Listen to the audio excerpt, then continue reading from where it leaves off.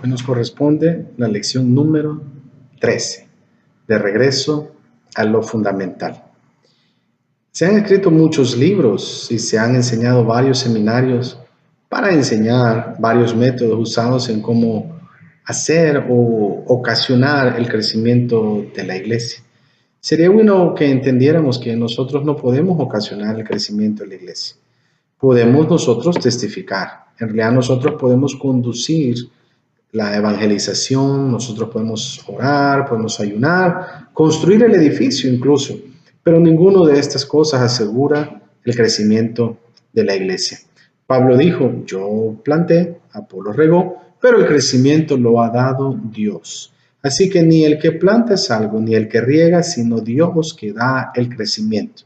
En su primera carta a los Corintios, capítulo 3, versículos del 6 al 7.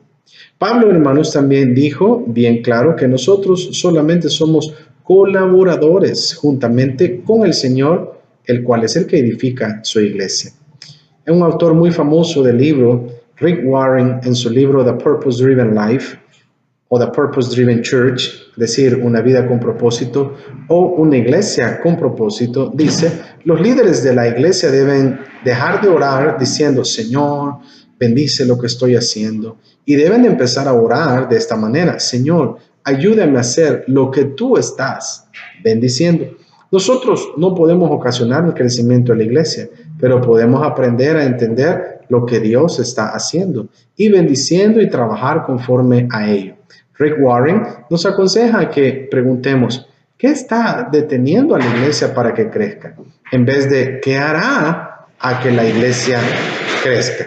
Dios quiere que su iglesia crezca. Desde la caída de Adán y Eva en el huerto del Edén, Dios ha estado abriendo camino para que de nuevo los perdidos tengan una relación correcta con Él.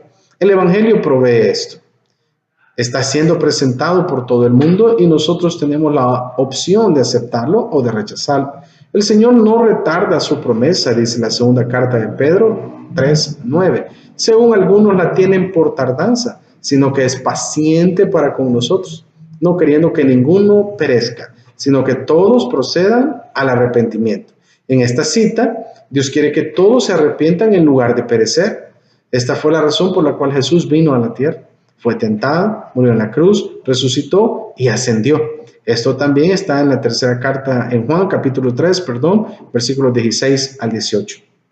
Jesús hizo bien claro su propósito de estar en la tierra cuando dijo, edificaré mi iglesia. El versículo 18, Mateo 16. Jesús ama a la iglesia y dio su vida por ella.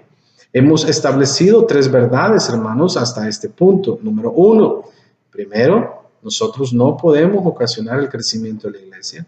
2, Dios causa a que la iglesia crezca. Y tercero, Él quiere que la iglesia crezca. Esa es una buenísima noticia, que el Señor, como quiere que la iglesia crezca, el Señor va a estar respaldando, va a estar apoyando, va a estar bendiciendo lo que la iglesia de Él hace. ¿Cuál es la iglesia de Él? La que lleva el nombre de Él. Nosotros no podemos poner nuestra confianza en métodos hechos por hombres. Pablo dijo que nuestra confianza debe estar en Dios. 2 Corintios 3, del 4 al 5. Él advirtió, hermanos, de no usar excelencia de palabras y sabiduría. Él dijo que esto sería seductor a la gente. En lugar, él dijo que deberíamos anunciar el testimonio de Dios. En 1 Corintios 2:1. Esta es la razón por la que él quería conocer a Jesucristo en lugar de cualquier otra cosa y obraba en el poder y demostración del Espíritu. Los métodos cambian, pero los fundamentos no. Los métodos pueden cambiar de acuerdo a la cultura, la localidad, las circunstancias y al tiempo.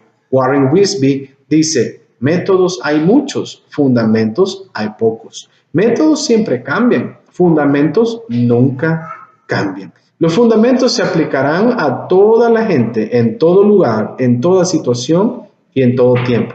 Hay peligro en copiarse la técnica de otras iglesias y de hombres. Cada ciudad, cada pueblo tiene su idiosincrasia.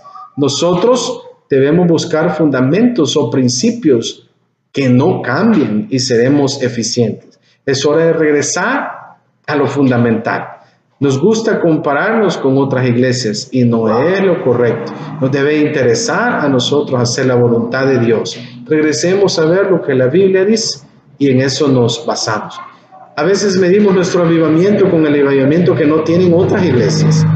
Nos copiamos los métodos en esperanza de reproducir los mismos resultados. Algunos hasta se copian el estilo de otros predicadores y cantantes. Comparamos nuestro éxito o fracaso con otros.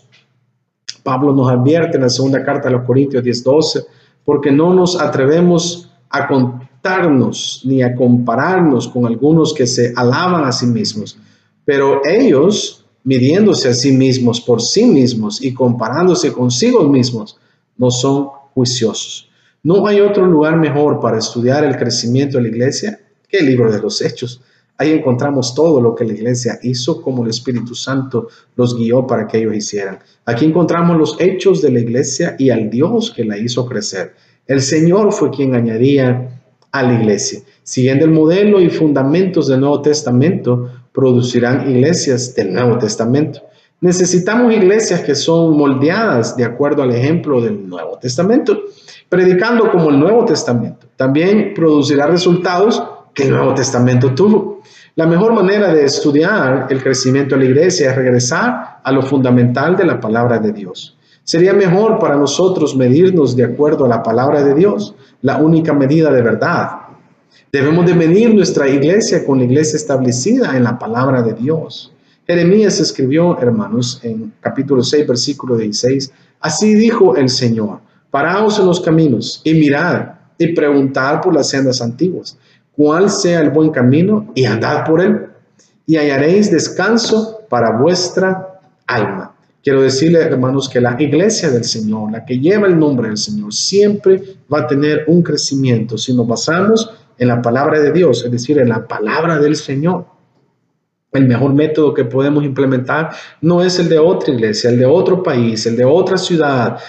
No es eso. El mejor método que podemos utilizar siempre es el método de Jesús, el cual está en la palabra de Dios. Que el Señor les bendiga.